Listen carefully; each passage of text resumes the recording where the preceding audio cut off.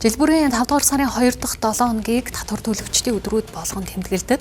За энэ хүрээнд засгийн газар өнөөдөр улсын төсвийн орлогыг бүрдүүлэхэд том хувь нэмрээ оруулсан татвар төлөлтөөрөө тэргүүлэгч компаниудыг нэрлэж шагнал гардууллаа.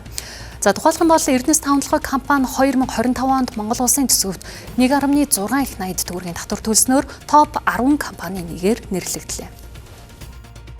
Эрдэнэс тавталгын хувьцаат компани үүсгэн байгуулагдсан цагаас хойш 15 жилийн хугацаанд нийтдээ 11.4 их найд төгрөгийн татвар төлсний 7.9 их найд төгрөг буюу 70%-ийг сүүлийн 3 жилд төлжээ.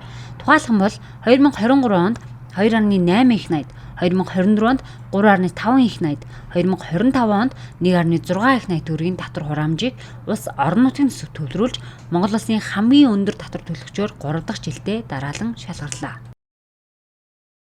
За 2025 оны хувьд бол бид 30.2 сая тонн нүүрс салбарлаж 27.6 сая нүүрс борлуулж экспорт маань 28.7 саятай. За улс орон нутгийн төсөвт бол 1.6 их найдын татвар хураамжийг бол төвлөрүүлсэн ажилласан байна.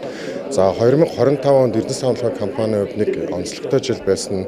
Сүүлийн 5-6 жилийн баймгүй ийм нүүрсийн салбарын уналттай жил байлаа. За гэсэн хэдий ч бас Эрдэнэс тавталгын компани зөв менежмент барьж ажилласны үр дүнд экспорт, борлуулалт, тээврийн үйл ажиллагаа тасалдуулахгүйгээр за ямар ч үсэн төлөвлөгөөндөө хүрж бид шилдэг татвар төлөгч болсондоо бол баяртай байна. Шударгаар татвараа төлж улс орныхоо ирээдүйд хөрөнгө оруулж байгаа та бүхэнд чин сэтгэлийн талархал илэрхийлье.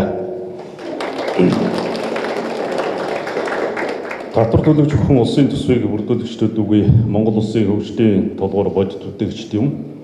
Та бүхний хөдөлмөр хариуцлага итгэл дээр манай улсын боловсрол, эрүүл мэнд, дэд үтс нийгмийн үйлчлэгээ бүхэлдээ тогтож байна. Засгийн газраас цааш татврын дарамтыг бууруулж бизнесийг дэмжих замаар эдийн засгийн өсөлтийг хурцсах зорилготой байгаа юм байна.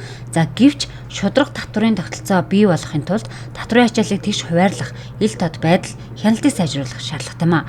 Хэрэг бодлого зөв хэрэгжихгүй бол төсвийн орлого буурах, орлогын тэгш бус байдал нэмэгдэх эрсдэлтэйгч мартах учиргүй.